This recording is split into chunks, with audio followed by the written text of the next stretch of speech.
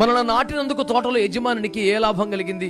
ఒక్క మోషేను రక్షించుకున్నందుకు దేవునికి లాభం కలిగించేలా, దేవుని రాజ్యానికి మేలు కలిగేలా 20-30 లక్షల మందిని విమోచించగలిగాడు కదా.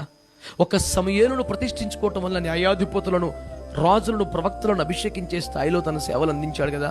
ఒక దావీదుని ఎంపిక చేసుకోవటం వల్ల 40 సంవత్సరాలు చిన్ని రాజ్యం మహాసామ్రాజ్యమగునట్లుగా విస్తరింపజేసే ఆలయానికి మెటీరియల్ సమకూర్చే స్థానంలో వాడబడ్డాడు కదా. ఒక యెహెజ్కేలును అభిషేకించుకోవటం వలన ఎండిన ఎముకల లోయలో సైన్యమును తేగలిగాడు, చెరలో ఉన్న విడుదల ప్రకటించాడు, నదిలో ప్రయాణం చేయగలిగాడు. ఎంత భీకరమైన సేవ చేశాడు. ఒక పౌలు గారిని మార్చుకోవటం వలన ఆసియా ఖండమును సువార్త ముంచెత్తేసి సంఘాలు కట్టాడు. వీరందరి వలన యజమానికి లాభం వచ్చింది.